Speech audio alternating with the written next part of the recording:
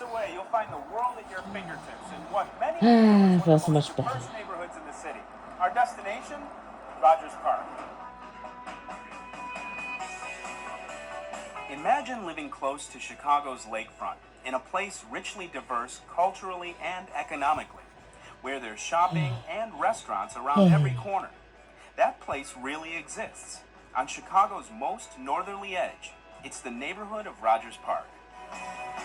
To educate us about this eclectic community is Mark Roth of CenterStageChicago.com, an internet site devoted to taking web surfers around the city on a virtual L.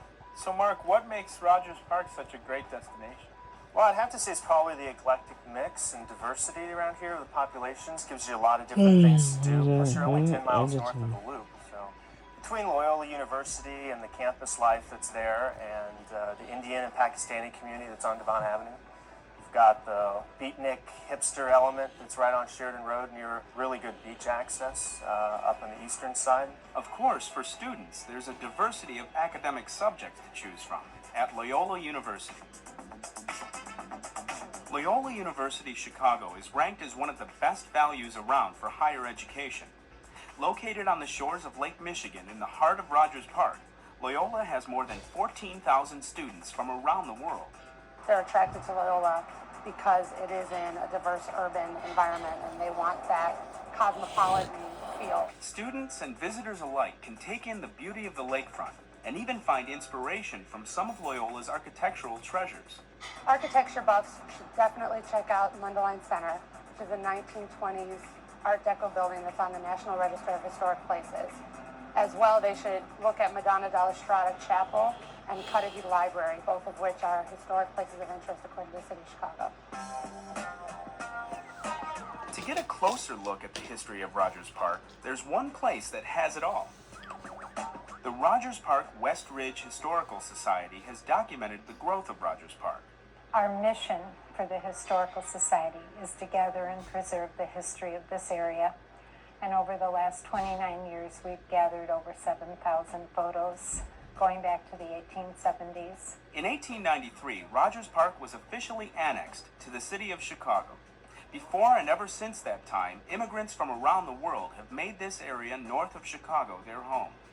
There was originally mostly European settlers, and then over the years, like more recently, there's been a lot more of the Orthodox Jews. There's been burgeoning of the Indian and Pakistani community out on Devon, which is why Rogers Park is one of the most culturally diverse neighborhoods in Chicago, if not America.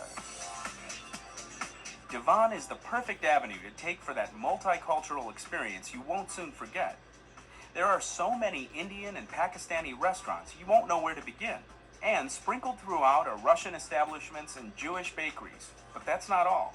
Besides probably 20 million different little electronic shops where you can buy stuff wholesale and gray market. And I know people who come up here from downtown just to get the ethnic groceries. Devon Avenue, Loyola, and everything else there is to see in Rogers Park can be accessed by the CTA. Here's how. Neola, Morris,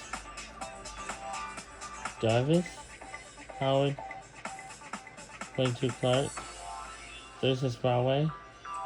You got 147 Drive Express, 151 Sheridan, 155 Devon, 490 Northwestern, 96 Loop, 97 Skokie, right there.